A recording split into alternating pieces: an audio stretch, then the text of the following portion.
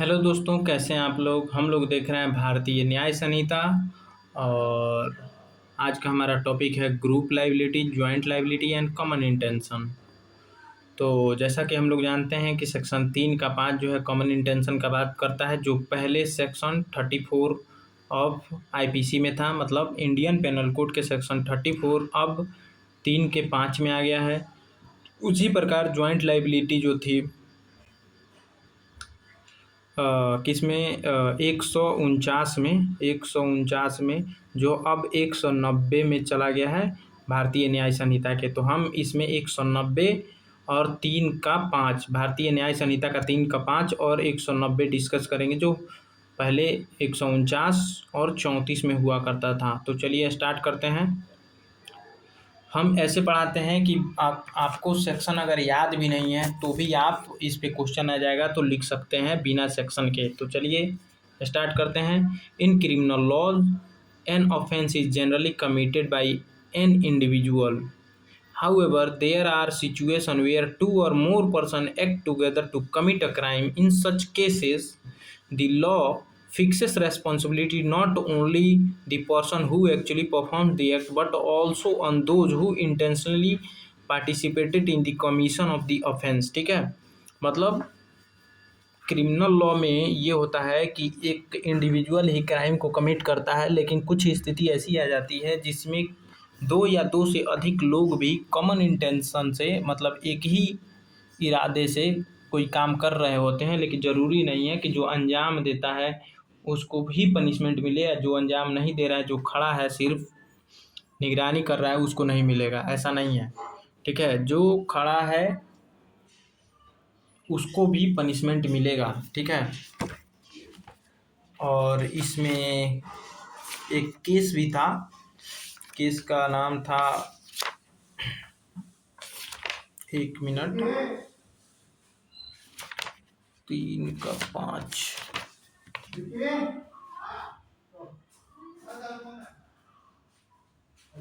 हाँ, केस का नाम था वीरेंद्र कुमार घोष वर्सेस एम्परर, जिसे पोस्ट ऑफिस केस के नाम से भी जाना जाता है, जिसमें लॉर्ड समर कहते हैं कि दे ऑल्सो सॉब्स हु स्टैंड एंड वेट।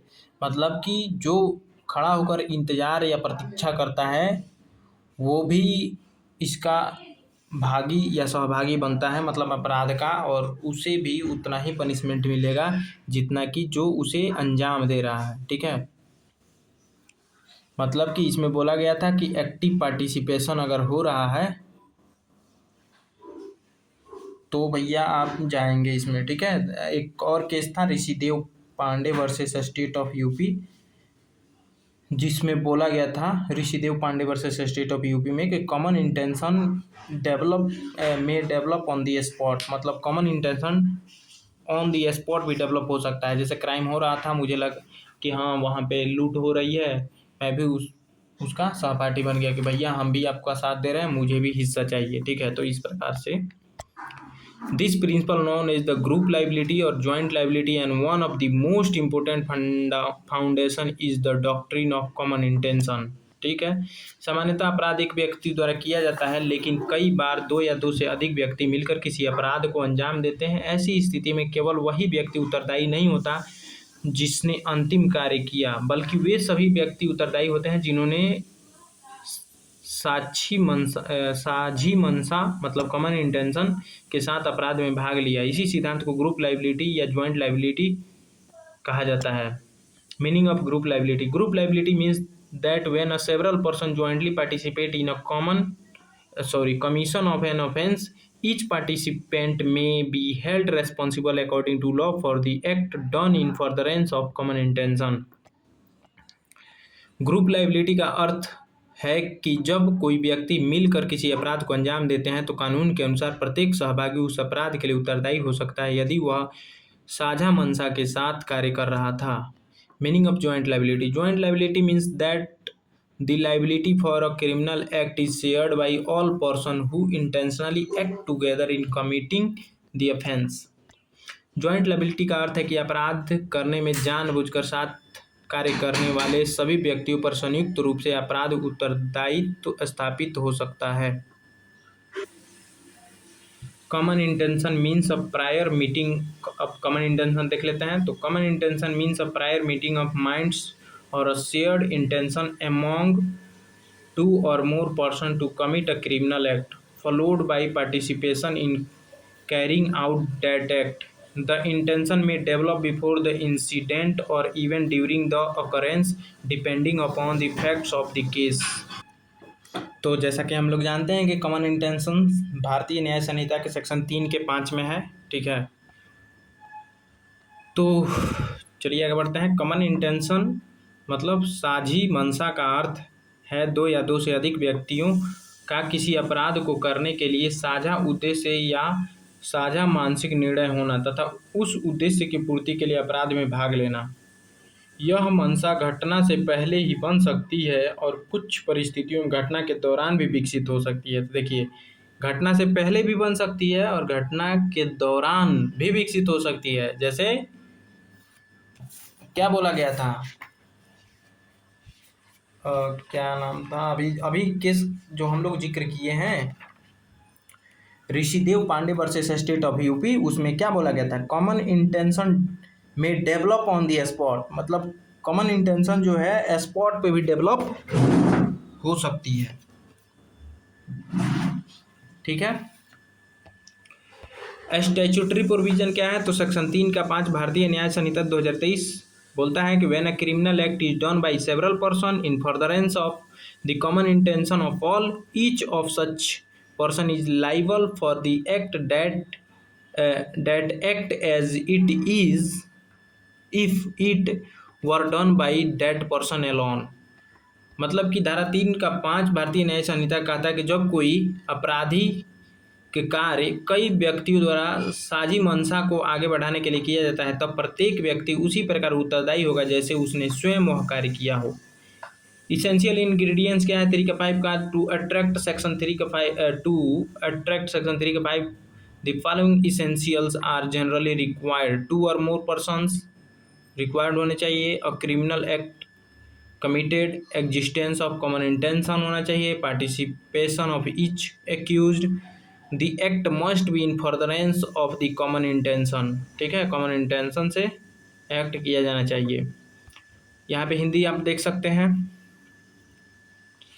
कार्य साझी मंशा को आगे बढ़ाने के लिए किया जाना चाहिए। ठीक है, प्रत्येक अभियुक्त की भागीदारी होनी चाहिए, साझी मंशा का होना अनिवार्य है, मतलब कॉमन इंटेंशन का आपराधिक कार्य का किया जाना भी जरूरी है और 2 या 2 से अधिक व्यक्तियों का होना भी जरूरी है। इलस्ट्रेशन क्या है, A and B decided to assault C. During the assault, A holds C while B causes injury. The court finds that both acted with common intention. Both may be held liable under section 3 का 5। ठीक है, A और B मिलकर C पर हमला करने का निर्णय लेते हैं। A C को पकड़ लेता है और B उसे चोट पहुंचाता है। यदि न्यायालय यह पाता है कि दोनों ने साझी मंशा से कार्य किया तो दोनों धारा 3-5 के अंतर्गत उत्तरदायी होंगे। तो क्या 3 का 5 पनिशेबल है? नहीं, 3 का 5 अपने आप में पनिशेबल नहीं है। ये सिर्फ ये बताता है कि उनका कॉमन इंटेंशन था कि नहीं, और जो वो अपराध किए हैं वो सेक्शन अलग है, वो पनिशमेंट देता है। मतलब 3 का 5 अपने आप में कोई पनिशेबल ऑफेंस नहीं है, पनिशमेंट नहीं देता है। ठीक है, वो सिर्फ ये डिफाइन करता है, वो बताता है कि इसमें कॉमन इंटेंशन है कि नहीं। ठीक है, example, 3 persons plan to rob a jewelry shop. One threatens the owner, another collects the ornaments, and third keep watch outside. All are acting in furtherance of common intention. 3 व्यक्ति एक आभूषण की दुकान लूटने की योजना बनाते हैं। एक दुकानदार को धमकाता है, दूसरा आभूषण उठाता है और तीसरा बाहर निगरानी करता है। तीनों साझी मंशा से कार्य कर रहे हैं, मतलब कॉमन इंटेंशन से। ठीक, अगला, 4 friends jointly attack a victim. Even if only one person causes the final injury, the liability of the other depends upon proof of common intention and participation. 4 व्यक्ति मिलकर एक व्यक्ति पर हमला करते हैं। यदि घातक चोट केवल एक व्यक्ति ने पहुंचाई है तब भी अन्य व्यक्तियों की जिम्मेदारी साझा मंशा और उनकी भागीदारी पर निर्भर करेगी। अब डिफरेंस देख लेते हैं, difference between common intention and common object. Common intention and common object, common intention और कॉमन ऑब्जेक्ट, कॉमन इंटेंशन और कॉमन किस में बताया गया था? तो एक Nanak Chand versus state of Punjab में कॉमन इंटेंशन और कॉमन ऑब्जेक्ट के बारे में बताया गया था। कॉमन ऑब्जेक्ट और कॉमन इंटेंशन, ठीक है। 190 में कॉमन ऑब्जेक्ट के बारे में, कॉमन इंटेंशन तो अभी हम लोग 3 के 5 में पढ़े ही, चलिए देख लेते हैं। कॉमन इंटेंशन रिक्वायर्स प्रायर और साइमल्टेनियस मीटिंग ऑफ माइंड, ठीक। कॉमन ऑब्जेक्ट में based on the common object of an unlawful assembly, ठीक है। तो 190 में जो है common intention generally involves a smaller group acting together और common object applies to an unlawful assembly as defined by law, ठीक है। ये 3 के 5 में है। It is govern by separate provision relating to unlawful assembly section 190। Hindi आप लोग यहाँ देख सकते हैं। अब इम्पोर्टेंट केस क्या है? महबूब शाह वर्सेस किंग एम्परर। महबूब शाह वर्सेस किंग एम्परर, इसमें क्या बोला गया था?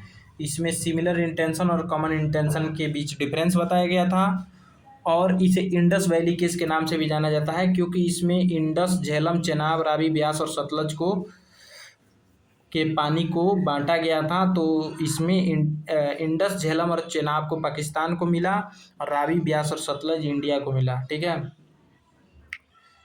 इसमें बोला गया था कि कॉमन इंटेंशन को साबित करने के लिए प्रायर मीटिंग ऑफ माइंड होना चाहिए, प्री अरेंज प्लान होना चाहिए और प्रायर कंसल्टेशन होना चाहिए, ठीक है। तो महबूब शाह वर्सेस किंग एम्परर याद रखिएगा, बहुत इंपॉर्टेंट केस है। Privy Council held that common intention requires a pre arrange plan through it may also develop during the occurrence depending on the facts, ठीक है। तो ये तीनों बातें याद रखिएगा। प्रीवी काउंसिल ने कहा कि कॉमन इंटेंशन के लिए साझा योजना आवश्यक है, परिस्थितियों के अनुसार घटना के दौरान भी विकसित हो सकती है, इसमें बोला गया था। एक है Pandurang versus state of Hyderabad. Pandurang versus state of Hyderabad, इसमें क्या बोला गया था? इसमें डिफरेंशिएशन बताया गया था, कॉमन इंटेंशन और सिमिलर इंटेंशन के बीच डिफरेंशिएशन बताया गया था, ठीक है। Supreme court held that participation and common intention must be both establish before the joint liability can be imposed, ठीक। उच्चतम न्यायालय ने कहा कि संयुक्त दायित्व स्थापित करने के लिए भागीदारी और साझी मंशा दोनों का सिद्ध होना आवश्यक है। उसके बाद से Virendra Singh versus state of Madhya Pradesh, इसमें क्या इंपॉर्टेंट चीज़ है जो हम बोल रहे हैं ना उसे नोट कर लीजिए क्योंकि भाई हम भी लिखे हुए हैं, रटते हैं इसको, है ना, कॉपी से देख के बता रहे हैं भाई, बहुत इंपॉर्टेंट है। Virendra Kumar Ghosh versus state of Madhya Pradesh में बताए थे ना, चाहे वीरेंद्र कुमार घोष वर्सेस एम्परर के नाम से भी जाना जाता है और इसे पोस्ट ऑफिस केस के नाम से भी जाना जाता है, जिसमें लॉर्ड समर थे, शुरुआत में ही बताए थे और उन्होंने कहा था कि दे ऑल्सो शॉप्स हु स्टैंड एंड वेट, ठीक है। जो रुक कर प्रतीक्षा करते हैं वो भी इसका भागीदारी बनते हैं। तो इसमें क्या कहा था? Supreme court reiterated that common intention is inferred from the conduct of the accused, surrounding circumstances and the evidence on record. उच्चतम न्यायालय ने कहा कि साझी मंशा का अनुमान अभियुक्तों के आचरण, परिस्थितियों और उपलब्ध साक्ष्यों से लगाया जाता है। कंक्लूजन देख लेते हैं। सेक्शन 3 का 5 अब Bharatiya Nyaya Sanhita embodies the principle that person acting together with the common intention are jointly responsible for the criminal act committed in the furtherance of the intention. The focus is on shared intention and active participation. भारतीय न्याय संहिता 2023 की धारा 3 का 5 इस सिद्धांत को स्थापित करती है कि यदि कई व्यक्ति साझी मंशा के साथ मिलकर अपराध करते हैं तो प्रत्येक व्यक्ति उस अपराध के लिए उत्तरदायी हो सकता है। इस सिद्धांत का आधार साझी मंशा और सक्रिय भागीदारी है। So thanks for watching. Video कैसा लगा कमेंट में ज़रूर बताएं और हमारा नोट्स आपको कैसा लग रहा है इसके बारे में भी बताएं। और अगर आप मेरा नोट्स लेना चाहते हैं तो इसकी कुछ खासियत है कि वीडियो कंक्लूजन के बाद से आपको कुछ शॉर्ट्स ट्रिक बताया जाएगा याद करने का, ठीक है। और इसके साथ ही आपको क्वेश्चन भी मिलेंगे, मतलब प्रैक्टिस करने के लिए क्वेश्चन भी मिलेंगे। तो अगर आपको ये नोट्स चाहिए तो सिर्फ आपको प्रत्येक नोट्स, जैसे मान लीजिए BNS का कंप्लीट नोट्स आपको चाहिए तो सिर्फ आपको 50 रुपीज़ पे करना है और इसका स्क्रीनशॉट इस नंबर पर भेजना है 73690490 615 इसी पे फ़ोनपे या गूगल पे करके स्क्रीनशॉट भेज दीजिएगा और बोलिएगा भैया मुझे बीएनएस का नोट्स चाहिए या एडमिनिस्ट्रेटिव लॉ का या बीएनएसएस का या कोई भी सब्जेक्ट अगर आप लॉ में इनरोल्ड हैं, मतलब एलएलबी कर रहे हैं 3 ईयर्स या 5 ईयर्स और किसी भी सब्जेक्ट का नोट्स चाहिए तो आप मेरे नंबर 7369049615 पे करके स्क्रीनशॉट भेज के आप बोल सकते हैं कि भैया ये नोट्स चाहिए, मैं उसका पीडीएफ उपलब्ध करा दूंगा। So thanks for watching. मिलते हैं नेक्स्ट वीडियो में किसी नेक्स्ट टॉपिक के साथ। स्वस्थ रहें, मस्त रहें, पढ़ते रहें, आगे बढ़ते रहें। बहुत बहुत धन्यवाद।